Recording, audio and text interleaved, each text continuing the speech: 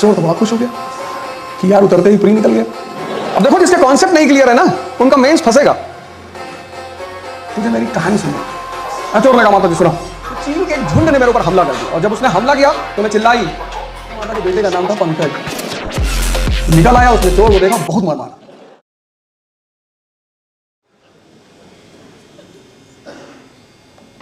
अब तो घरों में भी बचपन से यही बात कही जाती कि पढ़ोगे नहीं तो तुम्हारी शादी नहीं होगी और तुम्हारी नौकरी नहीं लगेगी।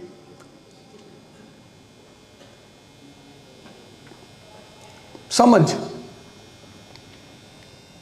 चलो सिद्धांत अगर नहीं समझ में आता तो कहानी।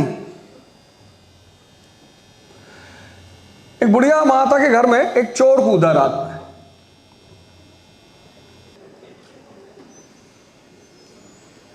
तो बुढ़िया माता की नींद टूट गई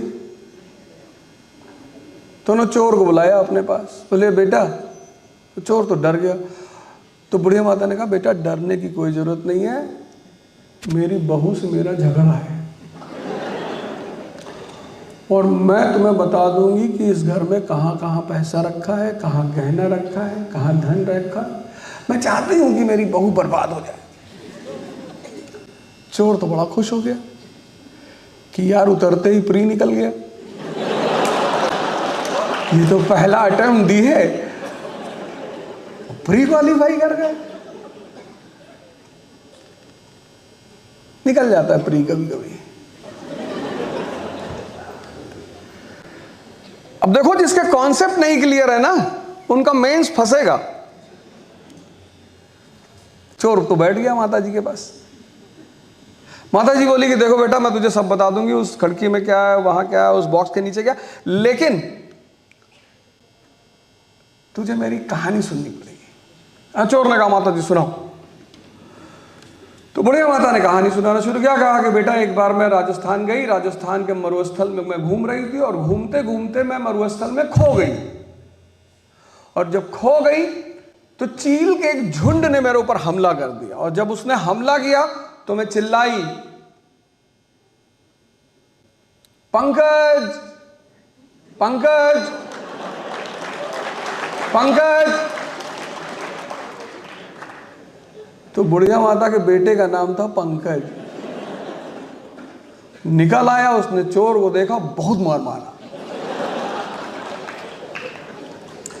तो तुक्के में फ्री अगर निकल भी जाए तो बेस में अगर कॉन्सेप्चुअल क्लियरिटी नहीं है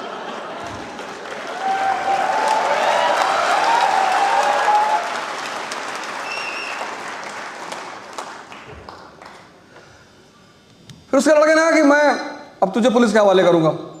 तो उस बूढ़ी औरत ने कहा कि बेटा जाने दे, तूने इसे बहुत मारा है, जाने दे, छोड़ दे, जा। उसने कहा नहीं नहीं भाई साहब, आप हमको पुलिस के हवाले करो भाई साहब, मैं सजा भुगतना चाहता हूं। लड़के ने कहा क्यों? कहा जिससे मुझे जिंदगी भर याद रहे कि मैं एक चोर हूं, सपनों का सौदागर नहीं हूं, मैं सपना सुनने नहीं जाता कहीं।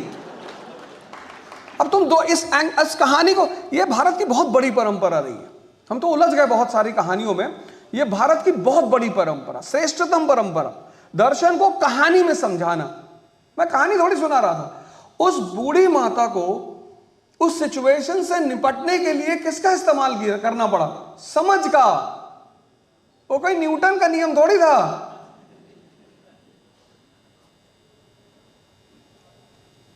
जब भी जिंदगी में परिस्थितियां तुम्हारे सामने आती हैं, जब भी, तो कौन तुम्हारी मदद करता है? तुम्हारी समझ। तो किताबें क्या करती हैं? किताबें तुम्हारे दिमाग को जिंदा करती हैं, जिससे कि तुम्हारी सोचने और समझने की क्षमता बढ़ जाए। This is the only role of education. इसके अलावा एजुकेशन का कोई रोल नहीं है। अगर एजुकेशन दुनिया में महान बनाता तो कबीर महान कभी नहीं होते, कभी स्कूल ही नहीं गए। कबीर का नाम तो सुना है ना, कभी स्कूल नहीं गए। अकबर कभी स्कूल ही नहीं गया। अब तो खैर बोलने से कोई फायदा नहीं, सिलेबस से हट गए हैं।